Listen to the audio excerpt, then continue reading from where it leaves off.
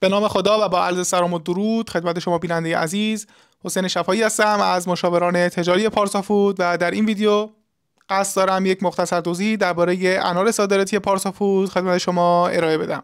انار صادراتی پارسافود طعم ناب ایران در بازارهای جهانی، محصولی با بالاترین کیفیت، ماندگاری عالی و استانداردهای جهانی که به سراسر دنیا صادر می شود. انواع انار صادراتی پارسافود: 1. انار شیرین، 2. انار ملس، 3. انار ترش، 4. انار دانه سیاه، 5. انار دانه سفید و در آخر انار سابه.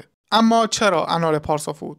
تازه، آبدار و ارگانیک، سورتینگ و درجه بندی حرفه‌ای، بسته بندی صادراتی استاندارد، حمل و نقل حرفه‌ای، تنوع محصولات، ماندگاری بالا، مورد تایید استانداردهای جهانی.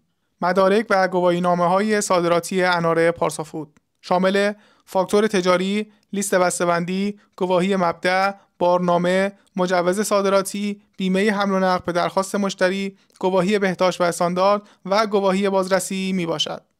پارسافود، کیفیتی ماندگار، صادراتی مطمئن. ما در پارسافود آماده همکاری با تجار، عمده فروشان و وارد کنندگان در سراسر جهان هستیم.